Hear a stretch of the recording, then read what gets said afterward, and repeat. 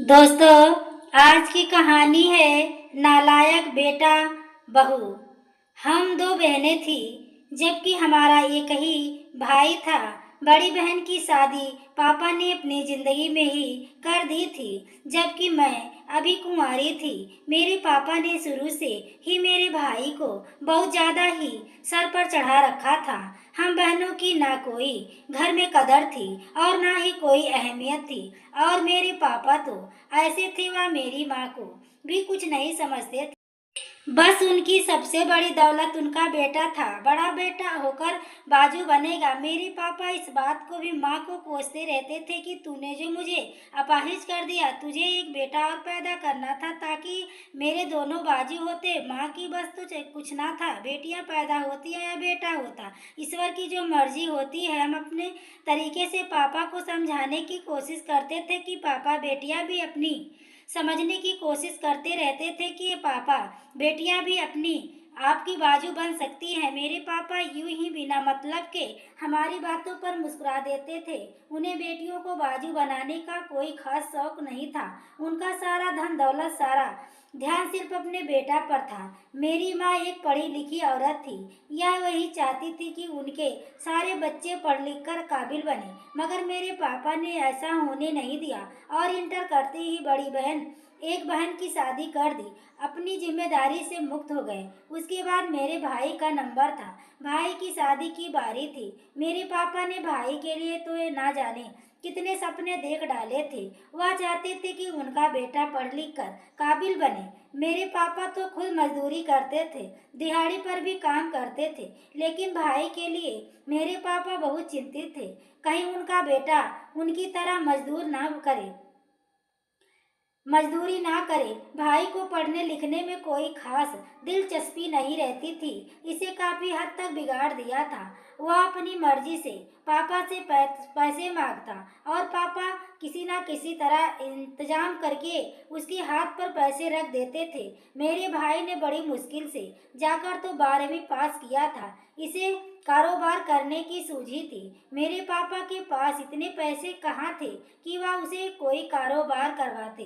पापा का कहना था कि तू कोई भी नौकरी ढूंढ ले, मगर भाई तो पापा की बात सुनकर गुस्से में भड़क उठता था और बड़बड़ाता। उसने मेरे पापा का कोई लिहाज ना कर रखा और पापा को अच्छी खासी बातें सुनाई। हम भी भाई की इस व्यवहार पर हैरान थे, जबकि मेरे पापा भाई के ऐसे व्यवहार पर बहुत ही ज्यादा शर्मिंदा थे। सारी जिंदगी जिसे इतनी अहमियत दी थी, वह इतनी छोटी सी बात पर पापा के ऊपर चिल्ला रहा था और उनसे बहस कर रहा था। मेरे पापा को भाई की बदतमीजी का सदमा लग गया। जितनी मेहनत कर सकते थे करने की कोशिश करते। उनके लिए यह मुमकिन नहीं था कि वह भाई को कारोबार के लिए पैसे इकट्ठे करके दे सके। रेनू के लिए मेरा रिश्ता लेकर जाओ, उसके पापा मुझे कारोबार के लिए पैसे देने को तैयार हैं। मेरे भाई ने घर पर बार बार कहता था, वह क्या कह रहा है, हमारे उनके साथ जो अनबन है, ऐसे में उनके घर रिश्ता लेकर कैसे जा सकते हैं। माँ को उसकी इस तरह की फरमाइश पर यकीन नहीं आया। वह अच्छी तरह जानता था कि मुझे रेनू से ही शादी करनी है तो करनी है। वह नाराजगी खत्म करो, वह एक एक शब्द पर जोर देकर बोल रहा था। माँ और पापा दोनों भाई के जिद के सामने मजबूर थे। रेनू मेरे गांव के बगल के जिसके बड़े भाई से दूसरे नंबर वाली बहन, वहां का रिश्ता तय किया था। मगर जब लड़की को यह अच्छी नौकरी मिली तो माँ और बेटा दोनों आपे से बाहर हो गए। लड़की ने अपने किसी रिश्तेदार में अमीर लड़की से शादी रचा ली और मेरी बहन से रिश्ता खत्म कर दिया। मेरे पापा माँ पापा को इस तरह से इस बात का बहुत ज़्यादा मलाल था, क्योंकि वह लालची लोग थे। मेरे पापा के पास इतना दहेज देने को पैसे नहीं थे। हम गरीब लोग थे। उन्होंने मेरी बहन से रिश्ता खत्म कर दिया। इसी बात पर मेरी माँ और मौसी का आपस में संबंध भी खराब हो गया था। मेरी माँ को इस बात का बहुत ज़्यादा ही अफसोस हुआ था। मौसी ने भी अपनी बेटी का साथ दिया था। पापा ने अपने साली के धोखे को माफ ना किया और हमेशा के लिए अपने साली से रिश्ता खत्म कर लिया। जब उन्होंने इस घर की बेटी ना ली तो मैं उसे इस घर की बेटी को कैसे ले सकता हूँ। मेरे पापा ने भाई को साफ साफ मना कर दिया, मगर वह कुछ कहने को, सुनने को, समझने को तैयार नहीं था। माँ पापा की भाई ने कोई इज्जत नहीं रखी थी और बदतमीजी पर उतर आया था। जब मेरी बड़ी बहन का रिश्ता मौसी के गांव से आया था तो मौसी की हालत भी हमारे ही जैसी थी, मगर उनके बच्चों ने बड़ी होने के बाद घर किया, हालात बदल लिए थे। उनके बच्चे पढ़ने कर लिख कर अच्छी नौकरी पर लग गए थे। मौसी ने अपनी पहली बेटी की शादी भी काफी अमीर घर में की थी, जबकि उनका बेटा भी अमीर घर की बहू लेकर आया था। मगर ना जाने क्यों वह रेनू की शादी हमारे घर में करना चाहते थे। भाई ना तो पढ़ा लिखा था और ना ही किसी चीज की थी, बस भाई की शक्ल सूरत अच्छी थी। शायद इसलिए रेनू को मेरे भाई से मोहब्बत हो गई थी और उसने अपने माँ बाप को मजबूर कर दिया होगा कि उसकी शादी यहाँ पर कर दे। मेरे पास माँ और पापा ने तो बड़े गुरूर से बहन वाला रिश्ता तोड़ दिया था। अब मेरी खातिर दोबारा रिश्ता जोड़ते हुए उन्हें बहुत शर्म महसूस हो रही थी, मगर वह अपनी बेटी की जिद के आगे मजबूर हो गए, क्योंकि भाई रोज रोज झगड़ा करता कि खुद तो मेरे लिए कुछ ना कर सके। अब अगर मुझे कारोबार के लिए पैसे मिल रहे हैं तो वह भी करने को तैयार नहीं। सारी जिंदगी तुम्हारी तरह ना ही तो लोगों की जूतियां सीधी कर सकता हूँ। या तो मुझे कारोबार के लिए पैसे कहीं से भी ला कर दो या फिर मेरा रिश्ता रेनू के घर लेकर जाओ। असल में मेरे भाई को उसके काम मेरी मौसी का ही हाथ था। मेरी माँ और आप तो जानते थे बेटे को ससुराल की तरफ से कारोबार के लिए पैसे मिलने का मतलब क्या था। उनका बेटा हमेशा के लिए उनके साथ जाने वाला था। माँ पापा हालात से मजबूर होकर सर झुका लिए और फिर से उसी जगह पहुंच गए जहां उनकी पहले ही बेइज्जती हो चुकी थी। अब की बार उन्हें बेटी का रिश्ता स्वीकार किया था। मौसी तो पहले ही तैयार बैठी थी। दरअसल भाई बाप के हाथ में तो था नहीं। उनकी बेटी को मेरा भाई पसंद आ गया था, वरना वह कभी भी हमारे घर की तरफ नहीं देखते। अब मेरे माँ बाप के रिश्ते मांगने की देरी थी कि उन्होंने झटपट से रिश्ता स्वीकार कर लिया। रेनू एक बहुत ही अपने तेवर दिखाने शुरू कर दिए। वह ना ही मेरे पापा की इज्जत किया करती थी और ना ही मेरी माँ की और ना हम बहनों की। भाई मेरे ससुर के दिए हुए पैसों से अपना कारोबार शुरू किया। उनकी पत्नी हमारे सर पर चढ़कर नाचने लगी। उसका कहना था मेरे पति की कमाई पर सिर्फ मेरा ही हक है। पापा पहले ही तरह ही कमाने जाते, हम माँ बेटी क्या बोझ उठाते। उनका कहना था भाई पहले से ही कौन सा कुछ काम लेता था, शादी से पहले भी तुम लोगों का खर्चा नहीं उठाता था, अब मैं ही पूरा उठा लूंगा, इसमें क्या हर्ज है। भाई का कारोबार कुछ सालों में चलने लगे था। उसको अपने कारोबार में अच्छा मुनाफा होने लगा, मगर आपका साथ ना देकर बीवी के हाथ में पैसा रख देता था, जबकि मेरे पापा तो काम करके ले आते, हम रूखी सूखी खाकर गुजारा कर लेते थे। माँ की इतनी मजाल नहीं थी कि वह भाभी को किसी मामले में कुछ कह सके। पापा हमें भी चुपचाप रहने को कह और सब कुछ सहने के लिए कहते। मेरी माँ और मेरी क्या मजाल थी कि हम भाई या उसकी पत्नी से लड़ाई कर सके। पापा की ख्वाहिश थी कि या जल्द से जल्द मेरा भी रिश्ता ढूंढ कर मुझे अपने घर कर दे, ताकि मैं इस तकलीफ से बच सकूं जो भाई और भाभी दिए हुए थे। मगर ईश्वर ने पापा को इतनी मोहलत नहीं दी कि एक दिन वह काम पर तो गए, मगर वापस नहीं सलामत नहीं लौटे। हार्ट से अचानक उनकी मौत हो गई। हम सब पर घर पर तो जैसे कयामत टूट पड़ी थी। अब वही हमारा एक सहारा थे। पापा की मौत का सदमा बेहद गहरा था। माँ भी रो रो कर बेहाल थी। अभी तो मेरे पापा को मुझे विदा करना था। उन पर से जिम्मेदारी का बोझ खत्म ना हुआ।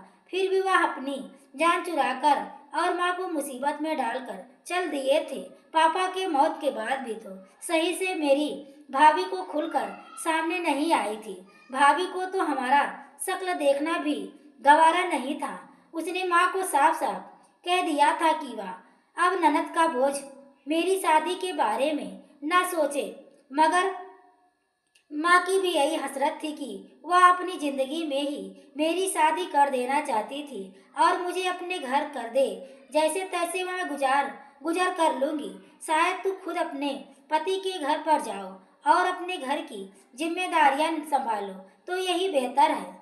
मैं जब भी यह शिकायत करती या मुझे यही जवाब देती, मैं चुपचाप करके काम करती थी। भाभी किसी काम को हाथ नहीं लगाती। अब तो उसने कुछ मुंह पर तरह तरह की इल्जाम लगा मुझ पर तरह तरह के इल्जाम लगाना शुरू कर दिए थे। यह चाहती थी कि हम दोनों को या घर से निकाल दे। उसके भाई को यह मशवरा भी दिया था वह घर बेचकर पैसे कारोबार दे ताकि कारोबार से और ज़्यादा मुनाफा हो।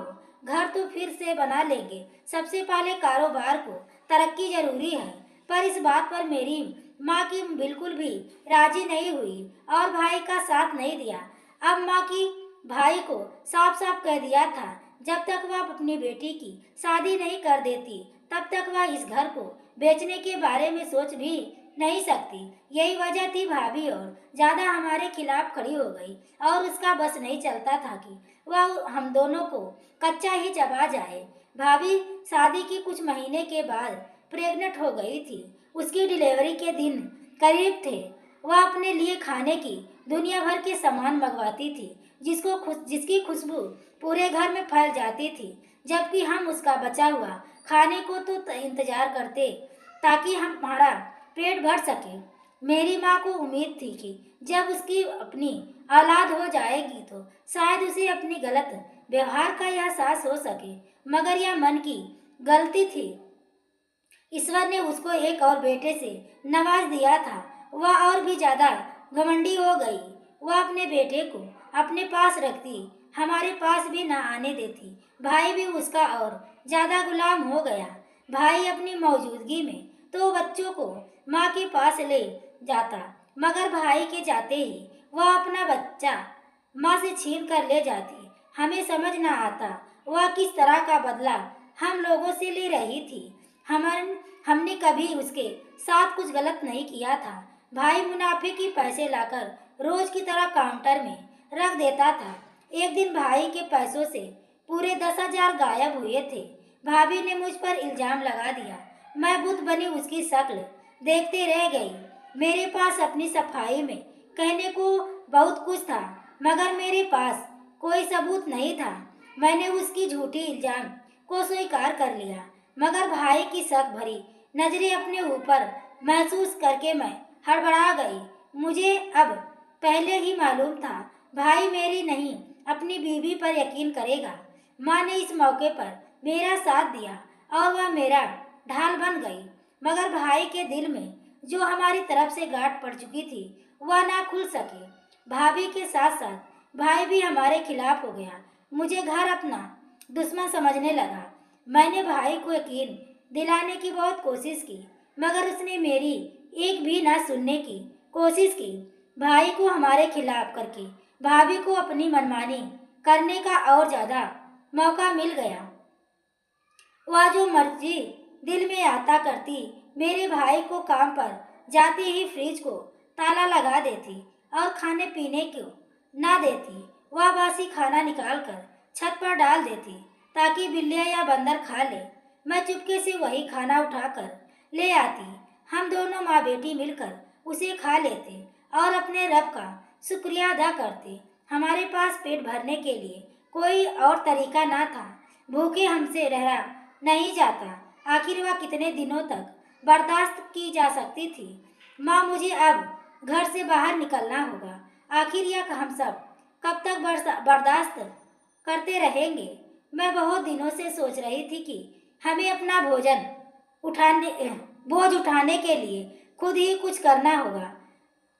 आज मैंने माँ से साफ बात करते ही उठा ली थी। तुम मुझ पर नजर जमा कर मुझे देखने लगती। तू क्या करेगी? भला तेरे बाप ने तुझे कभी घर से बाहर निकलने नहीं दिया था, ना पढ़ाया सिखाया। अब तेरा भाई तुझे घर से बाहर निकलने देगा? माँ भी यह नहीं चाहती थी कि हम जब अपने ही ऐसे जालिम है तो बाहर के लोग कैसे होंगे? तुम खुद सोचो। मेरी माँ ने ऐसे कहा तो मैं माँ पर बरस पड़ी थी। मेरी आवाज़ थोड़ी नीची थी। मैं धीरे धीरे बोल रही थी ताकि बाहर किसी को सुनाई ना दे। बात तो मेरी माँ की सच ही थी, मगर मैं यूं सारा दिन भूख बर्दाश्त करते करते देखा तुम्हारी हालत क्या हो गई है। मैं अभी नौकरी कर लूंगी, कम से कम पेट भर कर खाना खाएंगे। मैंने इतना कहा तो मेरी माँ ने फिर से सर हिला दिया। ना बेटी, तेरा भाई तुझे जान से मार डालेगा। वह कब बर्दाश्त करेगा उसकी बहन घर से बाहर जाकर काम करे? मुझे अपनी माँ की बात सुनकर बहुत हैरानी हुई। माँ, भाई हम दोनों को भूखा बर्दाश्त कर सकता है तो काम करना क्यों नहीं बर्दाश्त कर सकता? ना चाहने के बावजूद भी मेरी आवाज़ थोड़ी ऊंची हो गई थी। अरे तुम उसे मालूम नहीं कि वरना कि अब तू उसकी पत्नी हमारे साथ क्या व्यवहार करती है? माँ ने खोखले शब्दों में कहा तो मैं चुप रह गई। मेरी माँ को आज भी अपने बेटे के बारे में कहा उसको थोड़ी ना पता।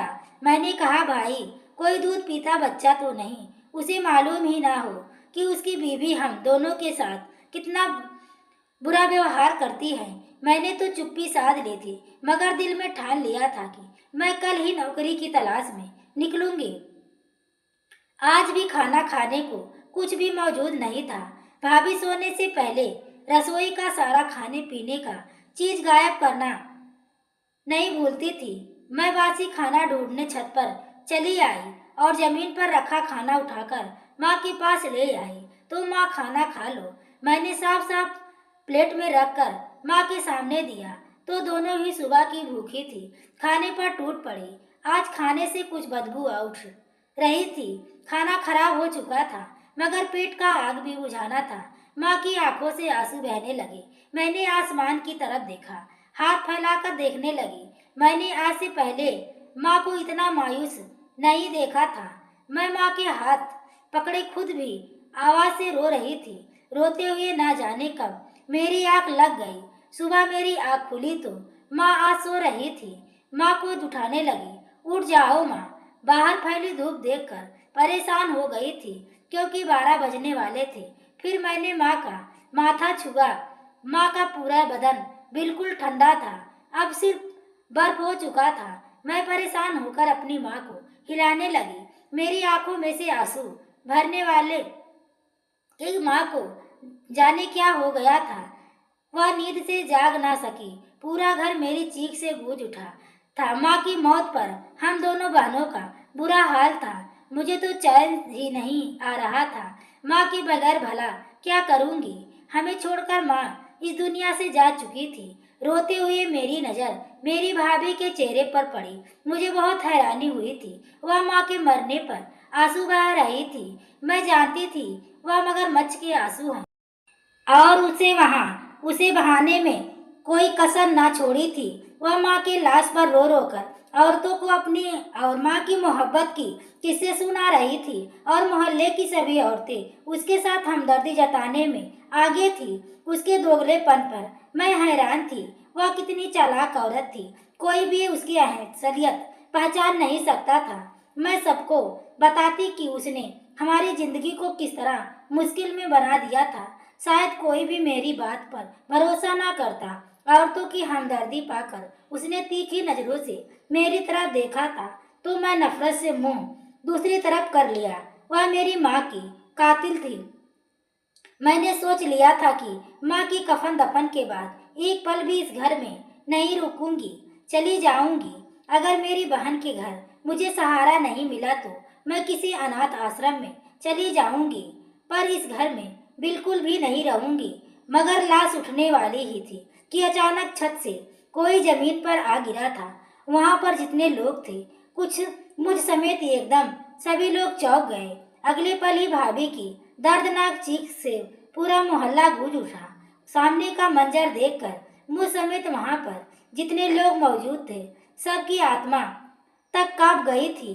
भाभी का बेटा छत से गिरकर जख्मी हालत में जमीन पर तड़प रहा था। मेरे भाई भाभी की तो दुनिया ही लुट चुकी थी। हम सबको समझ नहीं आ रहा था आखिर हुआ क्या है। अपने बच्चे की तकलीफ उनके लिए बर्दाश्त करना बहुत मुश्किल था। वह अभी सिर्फ 2 साल का था और न जाने कैसे अकेला सीढ़ियाँ चढ़कर छत पर चला गया था। हम बहनें तो रोने पीटने में लगी हुई थी, जबकि भाभी मोहल्ले की औरतों को झूठा ड्रामा दिखाकर बता रही थी कि मैं अपनी सास की मौत पर कितनी दुखी हूँ। भाई ने जल्दी से अपनी बाइक निकाली। वह दोनों माँ का लाश छोड़कर अपने बच्चे को अस्पताल लेकर भागे थे। हम सब बच्चे की जख्मी होने पर बेहद परेशान थे। हम अभी तो माँ का कफन दफन भी होना बहुत जरूरी था। हम अपनी माँ को भी छोड़कर नहीं जा सकते थे। हम सबको बच्चा बहुत प्यारा था। उसकी सलामती की दुआएं हम सभी लोग मांग रहे थे। मुझे कुछ समझ में नहीं आ रहा था कि अचानक क्या हो गया था। माँ का कफन दफन कर दिया गया। अब बच्चे की हालत भी खतरे से बाहर थी। उसकी खबर आई तो हम सब ने राहत का सांस लिया। उसकी जिंदगी तो बच गई थी, मगर वह काफी जख्मी हुआ था। उसके पांव की हड्डी टूट गई थी और उसे काफी दिन तक बिस्तर पर आराम करना था।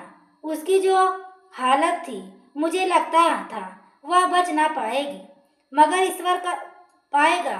ईश्वर का शुक्र था कि मेरा भतीजा अस्पताल से डिस्चार्ज होकर घर पर आया तो मैं जल्दी ही जाकर उसका माथा चूम डाला। वह भी मुझसे लिपट कर मेरी माँ को अपना पोता कितना प्यारा था, मगर अगर उसे कुछ हो जाता तो उससे आगे मैं सोच भी नहीं पाती और मैं जल्दी जल्दी अपना सामान बांधने लगी। मैंने भाभी और भाई से कहा, मैं आप लोगों का घर छोड़कर जा रही हूँ। आप आराम से सुकून से यहाँ रह सकते हैं। आज से आपको कोई तंग करने वाला नहीं रहेगा। मैंने भाभी से तो 2 टूक बात कहा, अपना सामान उठाकर चल दिया, लेकिन अभी मैं यह एक कदम ही नहीं बढ़ाया था कि मेरे भाई ने हैरानी से पूछा, क्या बात हुई है, कहाँ जाओगी तुम? मैंने कहा, ईश्वर की जमीन बहुत बड़ी है भाई, कहीं ना कहीं जगह मिल जाएगी। अपने आंसुओं को बड़ी मुश्किल से रोका था। बाहर की तरफ कदम बढ़ा दिए थे। रुक जाओ भाई, आगे बढ़ा और उसने दोनों हाथ फैलाकर हमें जाने से रोका। उसने कहा, अपना घर है तो तुम लोग कहाँ छोड़कर क्यों जा रही हो? भाई के सवाल पर मुझे हैरानी हुई थी। वह नहीं जानता था कि उसकी बीवी हमारे साथ क्या व्यवहार करती थी। वह मेरी वजह से जा रही है। भाभी की शर्मिंदगी से भरी आवाज सुनाई दी थी। मैंने माँ और आपकी बहन के साथ बहुत बुरा व्यवहार किया था, यहाँ तक कि मैं फ्रिज को भी ताला लगा दिया और उनको कई कई दिन तक भूखा रखा। भाभी की आवाज सुनकर भाई हैरान रह गया था। क्या कह रही हो तुम? कहती थी कि मेरी माँ बहन से तुम्हारे साथ अच्छा व्यवहार नहीं करती, तुम्हें खाने को भी नहीं देती। भाई भाभी की तरफ गुस्से से देख रहा था। मैं झूठ बोल रही थी ताकि तुम मुझ पर भरोसा करो और अपनी माँ पर बहन पर भरोसा ना करो। अपने बेटे की हालत देखकर मुझे भी एहसास हो गया मैं किस तरह गलत थी और मैं एक माँ को इतनी तकलीफ पहुंचाई थी। मुझे माफ कर दो। तो भाभी भाई के सामने हाथ जोड़कर रो पड़ी। मैं सोच भी नहीं सकता था कि तुम इस तरह का व्यवहार करती थी। मैं खुद भी अपनी नज़रों में गिर गया हूँ। माँ और बहन से मैं बेखबर था। मुझे बिल्कुल अंदाजा नहीं था कि वह यह सब बर्दाश्त कर रही होगी।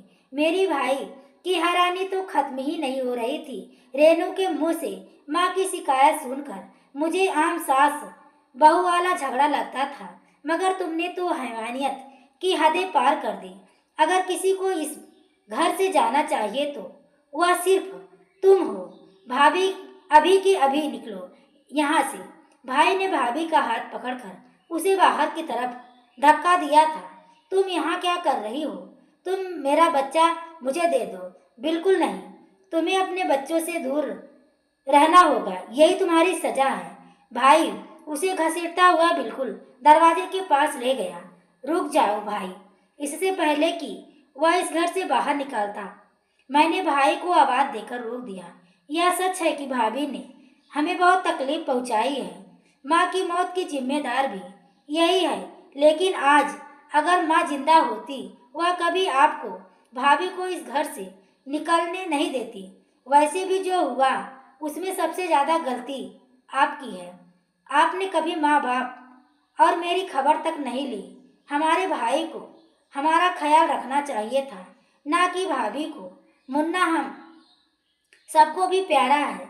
अभी वह तकलीफ में है। मैं नहीं चाहती कि वह माँ की ममता से दूर हो और तकलीफ सहे।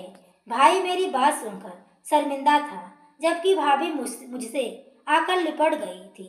भाई और भाभी अपने व्यवहार पर शर्मिंदा थे। मैंने उनकी तरह से अपना दिल साफ किया था। आखिर वह मेरा भाई था। मैं उसे मुश्किल में कैसे देख सकती थी। मुझे इस बात का अफसोस था कि उन्हें अपनी गलती का अंदाजा बहुत देर में हुआ था। अगर वह माँ की जिंदगी में ही अपने व्यवहार बेहतर कर लिए होते तो शायद आज माँ हमारे साथ होती, या कम से कम सुकून में होती। अपनी आंख बंद करती, मगर माँ रोती तड़पती इस दुनिया से चली गई थी। भाभी के व्यवहार में तो काफी अच्छा परिवर्तन देखने को मिला, मगर माँ का गम मेरे दिल को कभी सुकून नहीं देने देता था। अब भाई जब भी काम से आता, सबसे पहले मेरे पास आता और पूछता मैंने खाना खाया या नहीं। जो चीज वह अपनी पत्नी के लिए लेकर आता, वह मेरे लिए लेकर आता था। हमेशा उसे देखकर यह सोचती थी कि अगर भाई माँ की जिंदगी में भैया सब करता तो आज वह पछतावे में ना जी रहा होता। बड़ी बहन के ससुराल से मेरा रिश्ता आया तो भाई ने मेरी मर्जी पूछी थी। मेरा रिश्ता वहां पर तय कर दिया गया। मेरे भाई ने बड़ी सादगी से मेरी शादी और मेरी विदाई कर दी और हम बहनें अपने अपने ससुराल में पहुंच गए। मेरे पति अच्छे, मोहब्बत करने वाले इंसान थे, जबकि मेरी बहन अपने घर में खुश थी। काश मेरे माँ बाप को भी अपनी बेटियों को खुश देखने का मौका मिलता। दोस्तों, आपको यह कहानी कैसी लगी कमेंट करके जरूर बताइएगा। कहानी पसंद आई हो तो प्लीज़ वीडियो को लाइक और शेयर करें। चैनल पर पहली बार आए हो तो चैनल को सब्सक्राइब करें। आगे के नोटिफिकेशन के लिए बेल आइकन को जरूर प्रेस करें। पूरी वीडियो देखने के लिए आपको तहे दिल से धन्यवाद।